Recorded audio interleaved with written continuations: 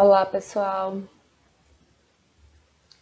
A nossa aula hoje vai ser uma aula sobre alteração celular reversível.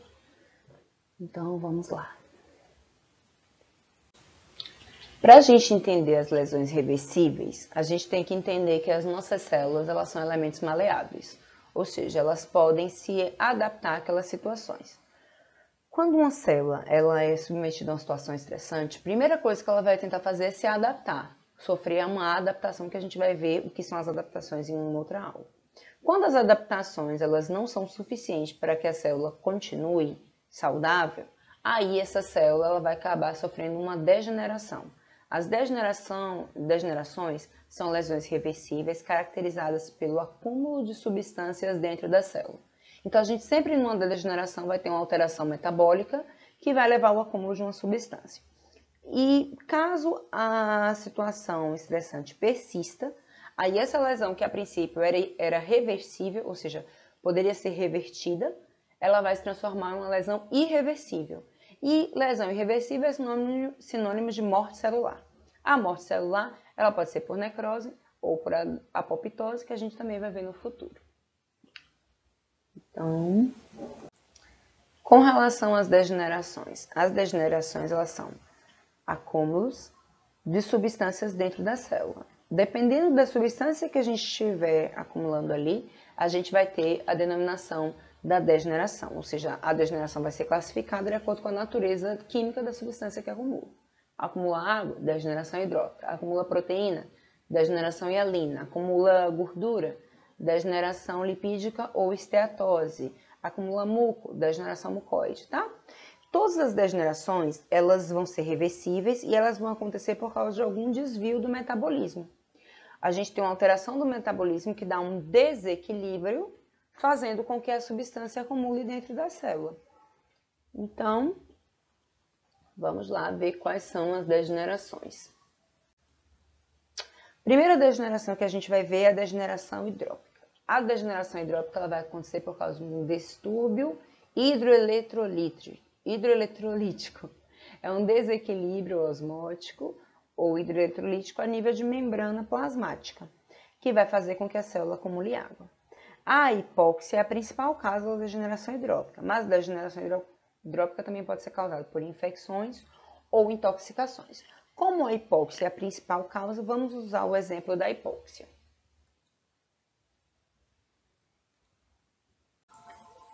Então, vamos entender o que acontece na hipóxia, tá? Na hipóxia, a gente tem pouco oxigênio, que a gente já viu isso. E hipo é pouco, óxido é oxigênio. Então, a hipóxia tem pouco oxigênio. Quando a gente tem pouco oxigênio, a gente não consegue fazer direito uma respiração, que é a respiração aeróbica, que é a respiração que acontece nas mitocôndrias. Para entender isso, a gente precisa lembrar como é que acontece a respiração aeróbica. A respiração aeróbica é aquela que acontece nas mitocôndrias que produz ATP. Então, para lembrar disso, vamos, ó. Aqui a gente tem a mitocôndria, tá? A mitocôndria é a organela celular onde acontece a respiração aeróbica. Primeiro, a respiração começa fora da mitocôndria, quando a gente vai ter a glicólise. Então, a glicose é quebrada e a quebra da glicose vai produzir o ácido pirúvico ou piruvato, que vai ser transportado para dentro da mitocôndria, para a matriz mitocondrial. Lá vai acontecer o ciclo de Krebs. Observa, o ácido pirúvico vai ser convertido a acetilcoenzima A, que vai entrar dentro do ciclo de Krebs. O ciclo de Krebs ele é um ciclo onde uma molécula vira outra, que vira outra, que vira outra, pela ação de enzimas.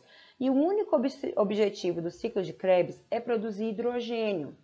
Esse hidrogênio ele não pode ficar andando por aí solto. Porque se o hidrogênio andar por aí solto, ele é um radical livre. E a gente já viu radicais livres tem um elétron desemparelhado e ele sai destruindo tudo dentro da célula.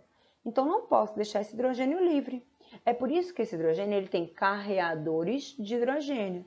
Existem dois carreadores de hidrogênio. O FAD, que consegue carregar 2 hidrogênios, então ele vira FADH2.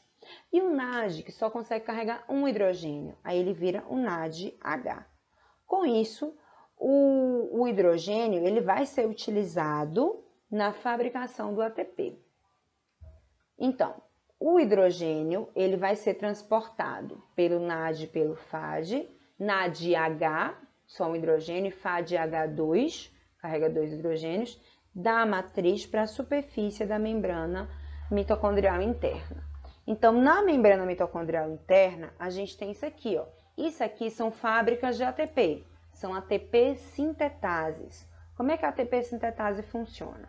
O hidrogênio, observe, o NAD H e o Fá de H2 liberaram hidrogênio aqui. O hidrogênio passa por dentro da ATP sintetase. Quando o hidrogênio passa por dentro da ATP sintetase, ele dá energia para fazer com que um ADP se junte a um fosfato, formando ATP. Então, toda vez que o hidrogênio passa, um ADP se une com o fosfato e forma ATP. E aí, com isso, a gente tem a fabricação de várias moléculas de ATP a partir de várias moléculas de hidrogênio. Viram que simples? Então, isso é a respiração aeróbica. Mas aí você pensa, pronto, já produzi o ATP. O que eu queria é ATP. Já produzi ATP, mas não usei oxigênio, então o oxigênio não é necessário? Óbvio que o oxigênio é necessário. Lembre, aqui ficou cheio de hidrogênio. O hidrogênio pode ficar sozinho? Não pode, porque ele senão vai funcionar como radical livre. É nessa hora que o oxigênio ele vai se ligar a esse hidrogênio para formar uma substância inócua que é a água. Então, a união do hidrogênio com o oxigênio forma a água. E aí, com isso, a gente tem o final da respiração aeróbica. Ok.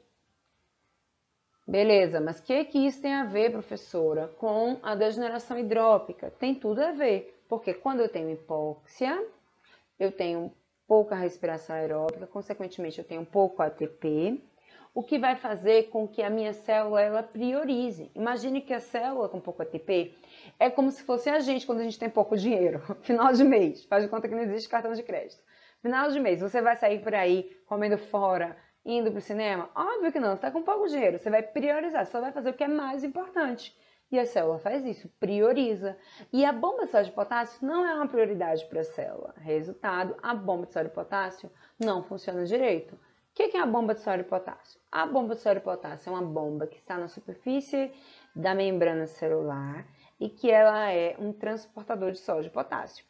Ela vai expulsar o sódio de dentro da célula, ela expulsa sódio de dentro da célula, ela expulsa 3 sódios de dentro da célula e, por outro lado, ela coloca 2 potássios dentro da célula.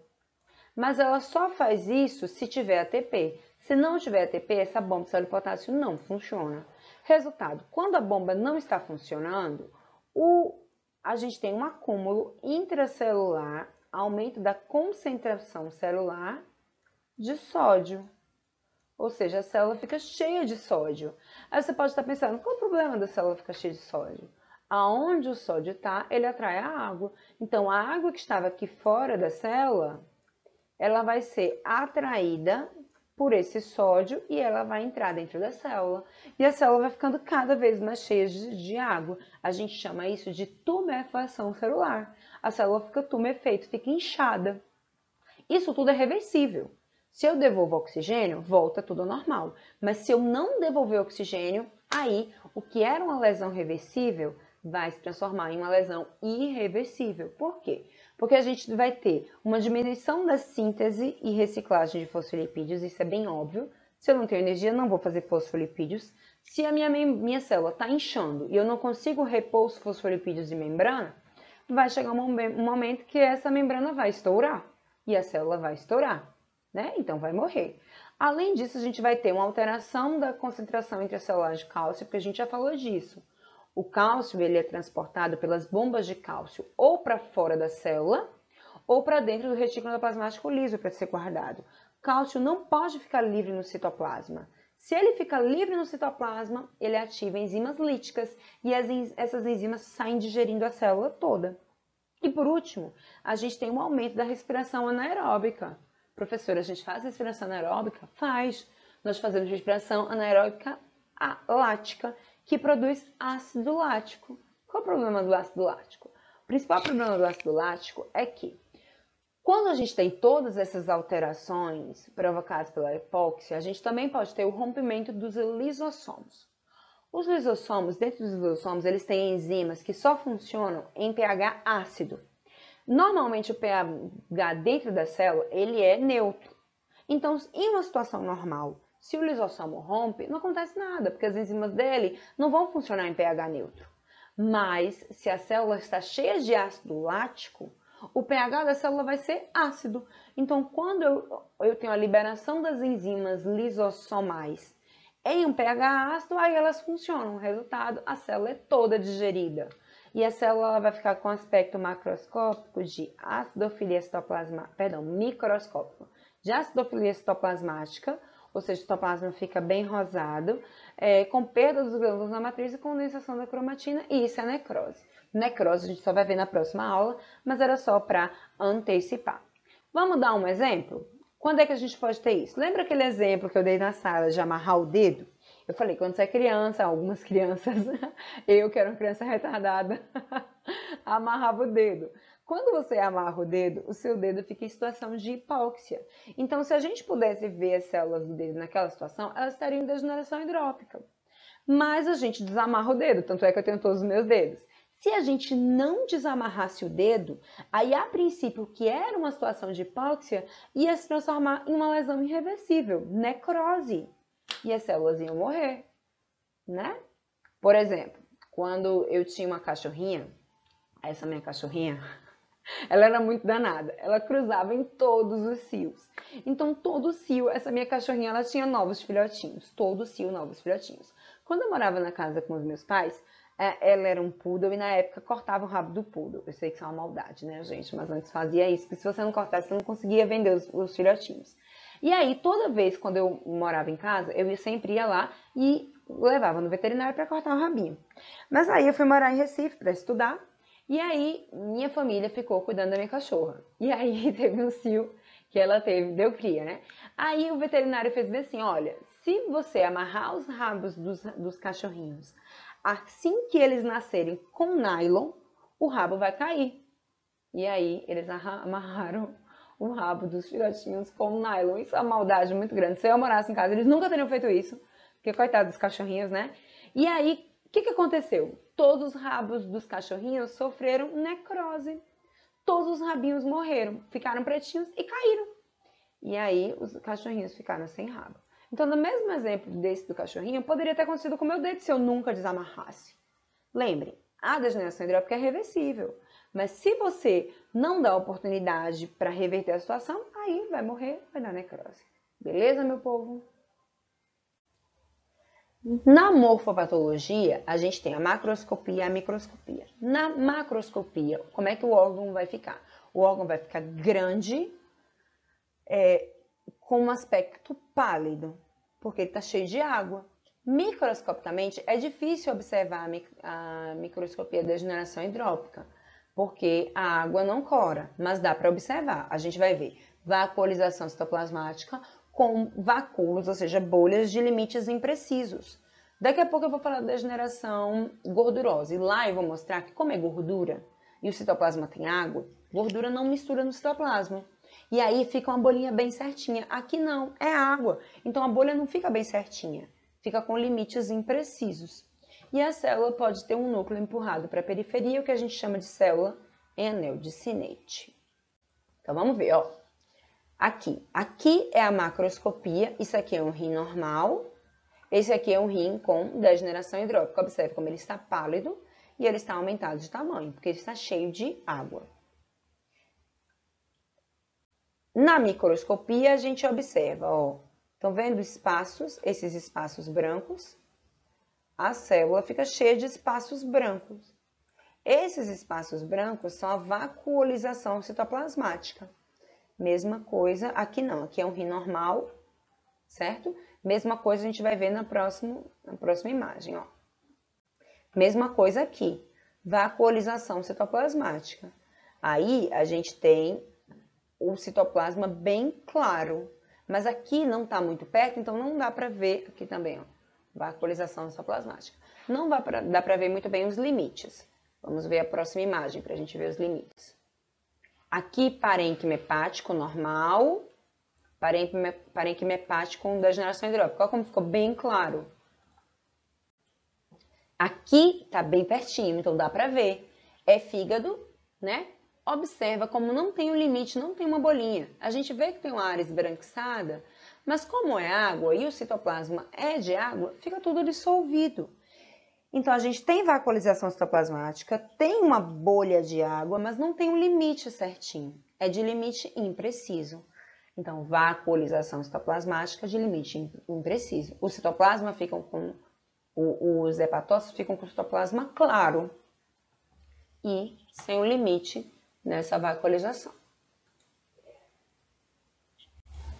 Aqui, mais uma vez também, ó, vacúolos de limites imprecisos. A gente vê que tem um espaço branco, mas não tem uma bolinha, como eu vou ver na degeneração gordurosa daqui a pouco. E a degeneração hialina? Na degeneração hialina, a gente tem um acúmulo de proteína dentro da célula, certo? Esse acúmulo de proteína ele pode ter várias causas. Diferente da degeneração hidrópica, que a patogenia é bem esclarecida e bem simples, que eu acabei de falar para você, a gente tem hipóxia, e aí a bomba de sódio e potássio não funciona, acumula sódio que acumula água. Aqui na degeneração hialina a gente não tem uma patogenia, a gente pode ter várias patogenias. Então, a gente vai ter um acúmulo dentro da célula de um material proteico que vai dar um aspecto a olho nu, vítreo, claro, homogêneo, translúcido, amorfo. Quando a gente corar, a gente vai ver eosinofilia e vai ser refringente. Essas características são as mesmas características que a gente vê na clara do ovo.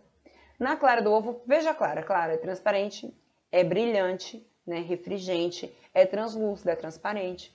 Então, mesmas características. Por quê? Porque a clara é rica em proteína, tá? Então, como é que é a patogênese? Quando vocês pegarem o livro, vocês vão ver que tem várias patogêneses diferentes. Aqui eu vou citar só 3 patogêneses. A gente pode ter penetração no citoplasma de proteínas por piquenose, ou seja, eu tenho proteína do lado de fora da célula e essa célula começa a fagocitar essa proteína e fica cheia de proteína. A gente pode ter síntese excessiva de proteína, que é o que acontece com a degeneração hialina de Mallory nas células dos plasmócitos. O plasmócito começa a produzir tanto anticorpo que ele fica cheio de anticorpo. E anticorpo é uma proteína, degeneração hialina. E por último, a gente tem a coagulação focal da proteína, que a gente vai ver na aula prática. É a coagulação focal da proteína, como acontece na degeneração hialina de Zenker. O que acontece na degeneração hialina? A pessoa tem uma febre muito alta, muito alta, e essa febre vai fazer com que as proteínas da musculatura esquelética se desnaturem e coagulem. Então, você vai ficar com aqueles coágulos de proteína dentro da musculatura esquelética. Isso é uma degeneração, uma lesão reversível, porque quando você tirar o agente agressor, a célula volta a sintetizar as fibras e fica tudo normal, certo? Então, todos esses exemplos, como toda degeneração, são exemplos reversíveis. Como é que é a morfopatologia? Macroscopicamente, eu falei. Quais são as características da proteína? Vai ficar brilhante, translúcido. Então, macroscopicamente, o órgão fica brilhante. E microscopicamente, ele vai ter grumos hialinos no citoplasma.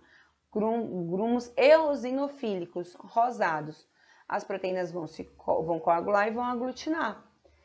E aí, a gente pode chamar isso de corpúsculos hialinos de Mallory, certo? Pode acontecer também deposição de tecido fibroso. Então, aqui, ó, observem, isso aqui são hepatócitos e esses grumos rosados são a degeneração hialina.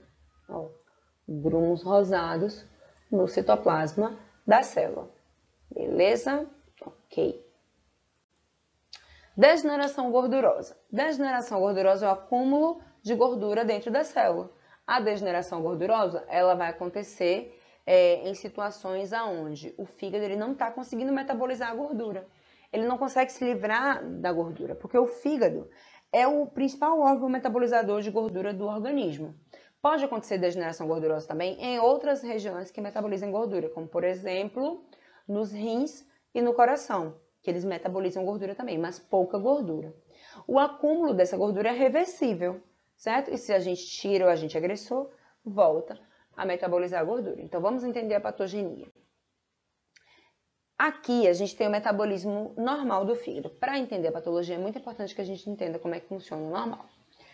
Aqui a gente tem os ácidos graxos que vão ser obtidos na alimentação. Então, lá no seu intestino, você vai se alimentar de gordura. Essa gordura, desculpa, gente. Essa gordura, ela vai ser quebrada em ácido graxo glicerol. Ácido graxo glicerol vai ser absorvida pelos enterócitos e vai ser levado para o fígado. No fígado, o ácido graxo glicerol vai ser convertido novamente em triglicerídeos. Os triglicerídeos vão ser conjugados com apoproteínas para formar apolipoproteína ou lipoproteína. Essa apolipoproteína, aí sim, cai na corrente sanguínea e vai ser transportada para o tecido adiposo, por exemplo. Por que a gordura não vai sozinha? Porque senão a gente já tem embolia gordurosa, porque a gordura não mistura na água. Quando a gente tem um problema em qualquer uma dessas fases do metabolismo normal, a gente tem degeneração gordurosa, que é o acúmulo de gordura dentro das células que metabolizam gordura, que nesse caso são os hepatócitos. Aqui, mais uma vez, só mostrando o normal. Ó, como é que acontece fisiologicamente? Você vai se alimentar, na sua alimentação vai ter gordura, triglicerídeos. Os triglicerídeos vão ser emulsificados e vão ser convertidos em ácido graxo e glicerol. Esse ácido graxo e glicerol vai ser transportado até o fígado. No fígado, o ácido graxo e glicerol vai ser convertido com a ação da apoproteína, com a conjugação com a apoproteína, a lipoproteína.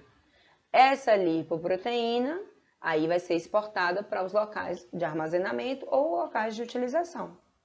Tranquilo? Beleza, vamos ver a patogenia. Mais uma vez, qualquer alteração no metabolismo vai levar ao acúmulo. Aqui a gente tem a macro normal e micro normal do fígado, e aqui a patológica macro e micro, que eu vou mostrar daqui a pouco, melhor para vocês. A patogenia. A gente pode ter várias causas. Por exemplo, pode ser por uma entrada excessiva de ácidos graxos no fígado. O que é que pode fazer com que a gente tenha entrada excessiva de ácido graxo no fígado? Primeira causa, bem óbvio, aumento da ingestão de gordura. Você está comendo muita gordura, mais gordura do que a capacidade do seu fígado de metabolizar. É que nem, deixa eu pensar aqui num exemplo. É que nem uma fábrica de lápis, por exemplo. A fábrica de lápis ela vai precisar de madeira para fabricar o lápis. Mas não adianta chegar muita madeira se a capacidade de fabricação de lápis já foi completamente esgotada. Quanto mais madeira chegar, ela vai se acumular, mas não vai ser fabricado mais lápis. Porque você tem que primeiro aumentar a capacidade de fabricação de lápis, para você conseguir se livrar dos lápis e aí conseguir fazer mais lápis. Mesma coisa, gordura. Seu fígado tem uma capacidade X de metabolização de gordura que depende da quantidade de enzimas para metabolizar a gordura que ele tem. Quando você pega e dá mais gordura do que a capacidade dele de metabolizar, essa gordura fica acumulada esperando quando ele vai poder metabolizar mais gordura. Outro exemplo de aumento da demanda é na obesidade. Na obesidade a pessoa está obesa, então ela tem muita gordura circulando. E aí o fígado também vai ter muita gordura e também mais um exemplo de mais demanda do que ele pode aguentar. E o último exemplo é bem louco, né? Porque você faz no jejum, professora, como assim? No jejum vou acumular gordura? Sim. Nosso corpo, ele usa para energia, primeiro o carboidrato. Então, primeiro ele usa as reservas de carboidrato. Acabou a reserva de carboidrato, tanto circulante da glicose sanguínea quanto do glicogênio que a gente tem armazenado, principalmente no fígado, aí ele vai recorrer à gordura. Só que seu corpo não chega no seu tecido adiposo e diz, ela vai ficar 1 hora sem comer, dá 1 grama de gordura. Não, ela chega no fígado, no tecido adiposo e diz, ela está muito tempo sem comer, libera gordura. E aí é liberada uma grande quantidade de gordura na corrente circulatória, maior do que a quantidade que o seu fígado pode metabolizar naquele tempo. De todos os exemplos de esteatose, esse é o mais transitório. É tipo, fiquei sem tomar café de manhã, e aí tô um bom tempo de jejum. Seu fígado libera gordura para a corrente sanguínea, vai chegar grande quantidade de gordura para o seu fígado. Seu fígado vai ter uma esteatose super transitória. Quando vocês voltar a se alimentar e voltar tudo normal, essa gordura vai ser metabolizada e aí vai ficar tudo bem, certo? Então, o jejum prolongado também pode causar a esteatose. E por último, outra causa de esteatose é a diabetes descompensada. E é o mesmo raciocínio do jejum, observa. Na diabetes, eu uso carboidrato para energia, mas na diabetes eu não consigo usar carboidrato, não consigo usar glicose. Dos dois, ou porque eu não tenho insulina, ou porque eu tenho resistência periférica à insulina. Nas duas situações, a glicose não é utilizada e o seu corpo recorre à gordura para tentar produzir energia. E é por isso que as pessoas que têm diabetes podem ter até cetoacidose, porque produzem tanto cetonas oriundas do metabolismo das gorduras, ok? Uma pessoa diabética descompensada, ela pode ter esteatose, porque está o tempo todo chegando muita gordura para o fígado dela, mais do que a capacidade dele em metabolizar. Outra causa de esteatose é uma alteração no metabolismo, que pode ocorrer por concorrência, ou seja, seu fígado tem lá as enzimas que ele usa para metabolizar. Essas enzimas não metabolizam só gordura. Por exemplo, o sistema citocromo P450 não metaboliza só gordura, metaboliza várias outras substâncias. Só que o seu corpo ele vai ver o que é mais importante metabolizar primeiro, uma substância tóxica ou uma substância endógena. E é óbvio que ele vai se livrar primeiro da tóxica. Então, se você toma todas, seu fígado tem que primeiro se livrar daquele álcool para depois metabolizar a gordura.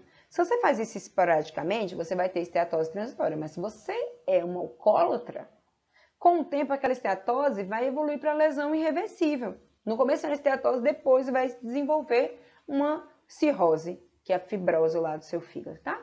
Então, mesmo raciocínio para o álcool pode acontecer para outras drogas, né? Drogas que eu digo até medicamentos. E também toxinas, que aí vão concorrer pelo sistema de metabolização, fazendo com que a gordura se acumule e essas drogas sejam metabolizadas primeiro. A gente também pode ter diminuição do metabolismo se eu tiver hipóxia. Se eu não tenho energia, não consigo metabolizar a gordura. E aí a gordura também vai se acumular.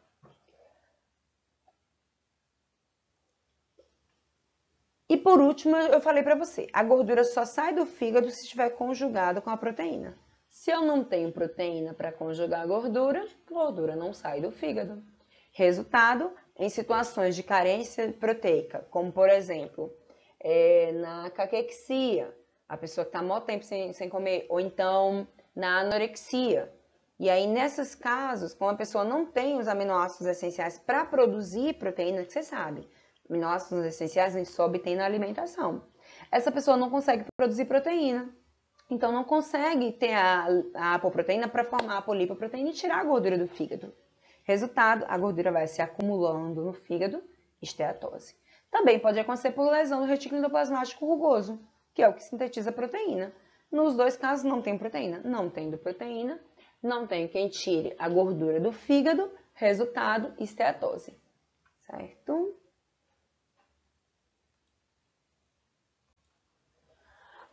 E como é que fica a morfopatologia? Macroscopicamente, o órgão vai ficar grande, amolecido e amarelado, com a superfície de corte brilhante e uma superfície de corte untuosa. O que quer dizer isso? É tipo aquelas manteigas de barra. Se ela ficar fora da geladeira e você for cortar, os lados do corte eles começam a se espalhar. Mesma coisa o fígado. O fígado está tão cheio de gordura que quando você vai cortar ele, aí ele dá uma espalhada, tá? Então isso se chama superfície de corte untuosa. No coração, o coração pode ficar com umas tiras de gordura, porque o coração, nem toda fibra cardíaca metaboliza gordura. As que metabolizam acumulam gordura. Aí o coração fica com aspecto tigroide. Algumas fibras amareladas, outras não, tá? Então, coração tigroide. E o fígado vai aumentar tanto de tamanho que um fígado normal. Tem 1,5 quilos, pode chegar a 6 quilos, para vocês terem ideia de quão grande o fígado pode ficar. Aqui mostrando um fígado saudável e aqui um fígado com esteatose. Olha aqui, ó, tamanho do fígado. E olha como ele fica amarelado. E olha como ele fica brilhante, né? Com aspecto semelhante à manteiga.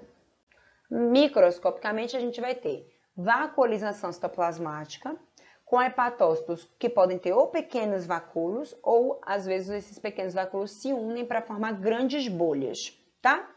Com a adolescência é isso, são os vacúolos se unirem para formar grandes bolhas, e essas bolhas vão empurrar o núcleo da célula para a periferia, formando a célula e anel de Sinnett. Acho que eu não expliquei a célula e anel de Sinnett. Anel de Sinnett é tipo esses anéis de formatura, que tem uma pedra. Fica parecendo isso, a célula fica redonda, com um núcleo na periferia. Aí fica parecendo um anelzinho, tá vendo que tem uma pedra em cima. Também pode acontecer com epitélios dos túbulos renais, né? E também no coração, como eu falei para vocês anteriormente. Aqui mostrando a microscopia, olha. Veja como é diferente da degeneração hidrópica. Na degeneração hidrópica, a gente não tinha uma bolinha certinha como tem aqui, ó. Isso aqui também é fígado, só que esse fígado está com degeneração gordurosa. Vamos chegar mais próximo. Ó, olha como fica uma bolinha bem certinha. Isso são vacúolos de limites precisos, a bolinha é bem certinha. Então é totalmente diferente da degeneração hidrópica. Na degeneração hidrópica, o limite do vacúolo é impreciso, então não fica uma bolinha certinha, certo? Então aqui é vacuolização citoplasmática de limites precisos. Olha a célula anel de Sinnett que eu falei. Tem vários aqui, ó, observa. A célula e olha o núcleo empurrado na periferia, certo? Outra, vamos ver outra. Aqui também, ó, célula, olha o núcleo empurrado na periferia. Várias células assim, ó. E aí a gente chama isso de célula em anel de Sinnett. Célula com núcleo na periferia. Tranquilo? Aqui de novo, vacuolização citoplasmática, hepatócitos também. Os vacúolos de limites precisos e células em anel de Sinnett. Com o núcleo empurrado na periferia, né? Que a gente chama de célula em anel de Sinnett. Degeneração glicogênica. Ela é um acúmulo anormal intracelular de carboidrato, que também é reversível, tá? E ela também é consequência de um desvio do metabolismo, nesse caso do catabolismo ou da síntese. A situação mais comum da gente ter a degeneração glicogênica é na diabetes. Porque observa o que acontece na diabetes. A pessoa tem diabetes, aí ela pode ser diabética ou sempre diabética vai ter hiperglicemia, ou seja, muito açúcar no sangue.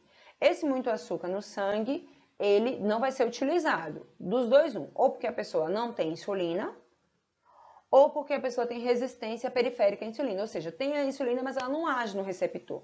A insulina é utilizada para botar a glicose para dentro da célula para que a glicose seja utilizada. Se a insulina não está funcionando, se a célula não consegue responder à insulina, a gente vai ter o aumento da glicemia, hiperglicemia. Esse aumento da glicemia vai levar à glicosúria, porque o glomérulo, ele tem tanto glicose que ele começa a não filtrar a glicose, e a glicose começa a sair no ultrafiltrado, lá nos rins. Resultado, a gente vai ter as células dos túbulos renais tentando reabsorver essa glicose. Vamos lembrar, ó, então eu tenho meu glomérulo com os túbulos contorcidos, reto, alça de Henle, túbulo contorcido distal. Eu sei que o desenho tá péssimo, tá, gente? Usa a imaginação aí. Aí, a urina ela é filtrada aqui dentro do glomérulo. E depois, o ultrafiltrado, que é o que vai ser o precursor da urina, ele vai atravessar aqui os túbulos. Quando ele está atravessando os túbulos, se tiver glicose, essa glicose ela é reabsorvida pelas células dos túbulos renais, ou seja, por essas células que estão por aqui. Essas células, elas veem a glicose, elas fazem, eita, como assim? Glicose sendo desperdiçada, porque a glicose é uma coisa tão importante. Não, vamos guardar a glicose. Essas células começam a guardar a glicose, só que essa glicose nunca é utilizada, porque elas estão fagocitando a glicose, mas a glicose não consegue ser metabolizada. Resultado, a gente vai ter degeneração glicogênica, as células ficam cheias de glicose. A longo prazo, o diabético, ele pode acabar tendo necrose tubular renal. As células do túbulo começam a morrer. E aí, essa pessoa vai acabar tendo que parar na diálise, porque ela vai ter falência renal, certo? Microscopicamente, macroscopicamente, não tem uma alteração muito aparente, certo? Então, microscopicamente, a gente vai ter, se a gente corar com HE, fica igualzinho da degeneração hidrópica. Vacúolo citoplasmático de limites imprecisos. É por isso que existe uma coloração específica, que é o PAS, o reativo periódico de Schiff. Essa coloração, ela cora justamente o glicogênio. Todos esses pontinhos rosados que vocês estão vendo aí dentro são glicogênio. Esse monte de pontinho rosado aqui é glicogênio, certo? Beleza. E por último, degeneração mucoide, acúmulo de muco dentro das células, e ela é a mais fácil. Ou a gente tem inflamação ou a gente tem câncer. Ou a inflamação e o câncer estão produzindo grande quantidade de muco. As células vizinhas àquela grande quantidade de muco começam a fagocitar o muco, ficam cheias de muco, degeneração mucoide. Só isso, não tem nem muito o que pensar. E a gente também vai ter células em anel de Sinnett, onde a gente vai ter o núcleo empurrado para a periferia, certo? Resumindo, o que a gente viu na aula de hoje, a gente vai ter degeneração hidrópica, é um desvio, uma alteração osmótica, hidroeletrolítica, levando ao acúmulo de água dentro das células. Degeneração gordurosa é um distúrbio do metabolismo dos lipídios, pode ser um aumento da demanda de lipídios, pode ser uma concorrência na metabolização com outras substâncias ou não acontecer metabolização porque não está conseguindo metabolizar. Pode ser dificuldade na eliminação da gordura do fígado por falta de proteínas. Seja qualquer uma dessas causas, a gente vai ter um acúmulo de gordura. E a gente também pode ter degeneração glicogênica, onde a gente vai ter um aumento da absorção de glicose pelas células tubulares renais, fazendo com que elas fiquem cheias de glicose, levando ao acúmulo de glicose na forma de glicogênio, tá? Que é a forma de armazenação de glicose no nosso corpo é o glicogênio. Degeneração hialina, a gente vai ter uma ou penetração de proteína no citoplasma, ou aumento da produção de proteína no citoplasma, ou coagulação focal das proteínas no citoplasma, levando a um acúmulo intracelular de proteínas. E por último, degeneração mucoide, vai ser uma grande quantidade de muco sendo produzido fora da célula, essa célula fagocita esse muco. Exemplos de patologia disso podem acontecer: inflamações, neoplasia, o acúmulo de muco, a gente chama de degeneração mucoide. Lembrando que todas essas degenerações são reversíveis. Ou seja, se eu tiro o estímulo agressor, todas elas podem voltar ao normal. Beleza, gente? Então, essa foi a aula de hoje. Vocês podem utilizar qualquer uma dessas bibliografias para estudar e a gente se vê na aula presencial. Beijos, tchau! Levem dúvidas, não guardem as dúvidas, tá? Na aula presencial a gente tira todas as dúvidas. Tchau!